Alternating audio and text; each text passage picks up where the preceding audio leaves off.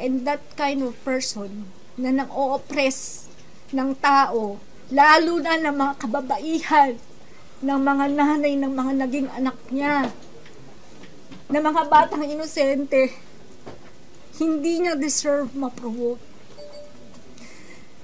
No amount of no amount of money will make me back down.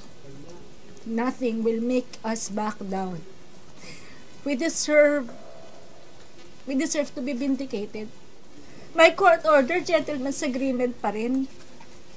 Hindi ko na po kaya manahimik. Nagtiis na po kami ng matagal. Ang masakit dun, nilulunok na nga namin yung walang sustento, kulang na sustento. Nakukuha pang mambabae. Sinasaktan din po ba kayo ni Colonel? Yes. Nawi-witness mo? Yun po yung nakakasakit sa akin kasi nakikita ng mga bata.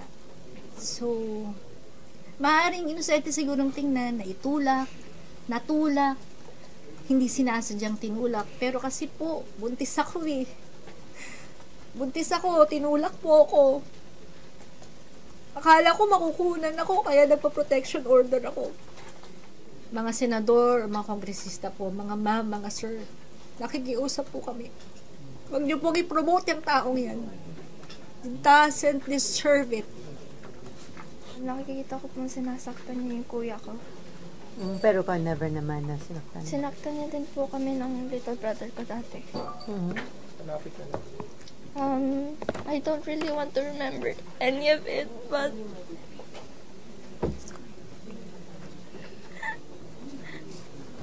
It's okay. Mga sirs, the gentlemen of the AFP, I hope that you're hearing this and this is the right time. I hope that he's going to be a president. And I hope that you look into the very sad plight of the wives, the mothers, the partners of your men in the AFP. It's about time, sirs.